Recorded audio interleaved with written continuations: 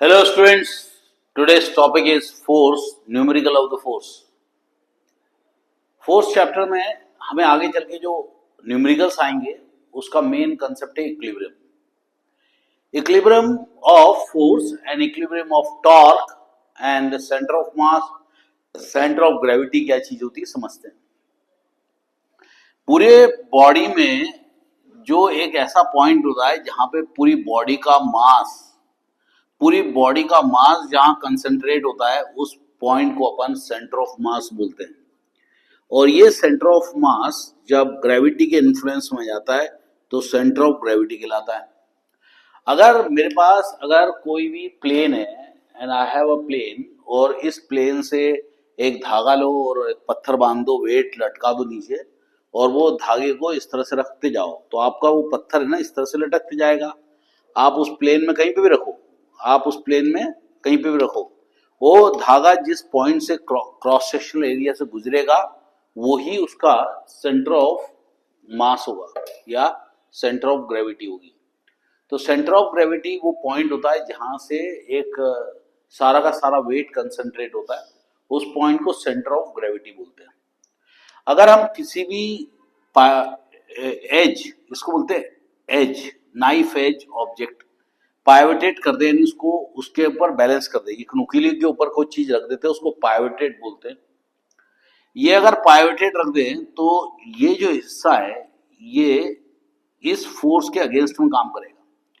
अब होता क्या है कि ये जो बॉडी का एक वेट इस तरफ आ गया और एक वेट इस तरफ आ गया तो ये बॉडी इधर से गिरना चाहती है और ये वेट बिल्कुल बराबर हो जाते हैं, यानी कि इधर से और इधर से गिरने का वेट बिल्कुल बराबर. जैसे सी-सॉ में देखा होगा तुमने, जब यहाँ पे बैठा वाला व्यक्ति अपने वजन को हल्का करता है तो तुरंत यूं चले जाता है और जब ये हल्का करता है ऊपर चले जाता है और इस तरह से चलता रहता है.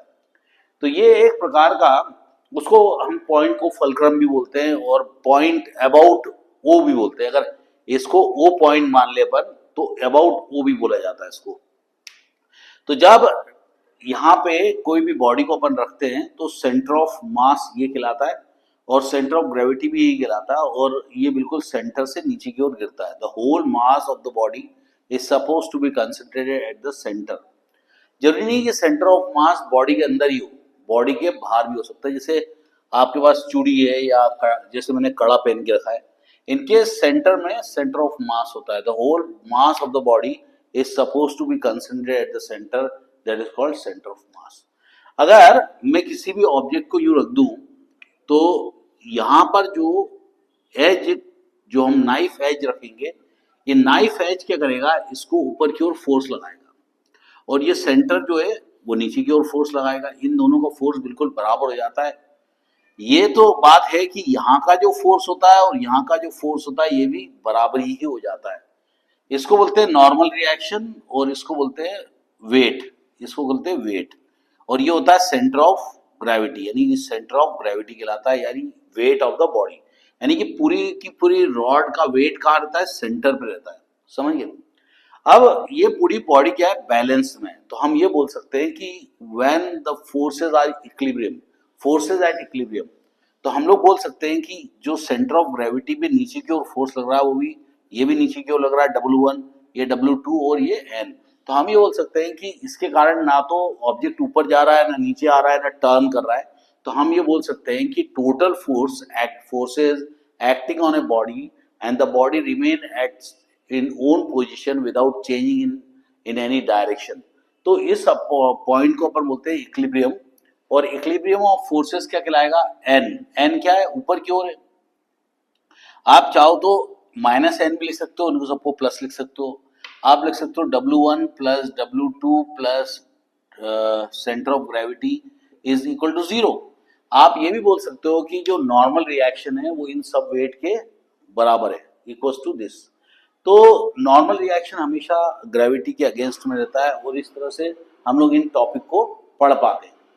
तो कुल मिला के आपको ये पॉइंट बहुत अच्छे से आना चाहिए, उसके बाद अपन आगे बढ़ सकते हैं.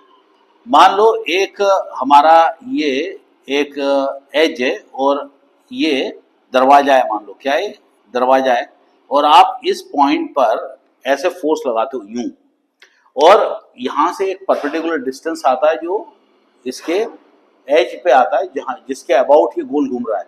जैसे दरवाजा होता है ना, जैसे दरवाजा होता है, ये दरवाजा है मान लो, तो अपन इसको ऐसे ऐसे खोलते हैं ना, तो ये जो फोर्स होता है इसके परपेंडिकुलर का डिस्टेंस होता है, समझ गए? परपेंडिकुलर डिस्टेंस होता है, उसको अपन टॉर्क बोलते हैं। तो torque is the moment of force is called torque. और टॉर्क क्या करता है, किसी भी ऑब्जेक्ट को रोटेट करने के लिए यूज होता है। तो tau is equal to force into perpendicular distance is called torque. Newton हो जाएगी फोर्स की यूनिट और मीटर हो जाएगी डिस्टेंस की यूनिट। तो न्यूटन पर मीटर आपका फोर्स होता है। कभी भी याद रखना कि कभी कभी ग्राम वेट करके आपको फोर्स दिया रहेगा, ग्राम वेट को अगर न्यूटन में कन्वर्ट करना है तो 980 मल्टीप्लाई करना पड़ेगा, और किलोग्राम वेट लिखा रहेगा, इसको कन्वर्ट करने के लिए न्यूटन में, ये तो डाइन में कन्वर्ट हो जाएगा, न्यूटन में कन्वर्ट करने के लिए हमको क्या करना पड़ेगा, 9.8 मल्टीप्लाई करना पड़ेगा। सो बाय बाय स्टूडेंट्स, अब अगला लेक्चर अपन न्यूमेरिकल्स पे रखेंगे। Bye bye, have a nice time, God bless you all.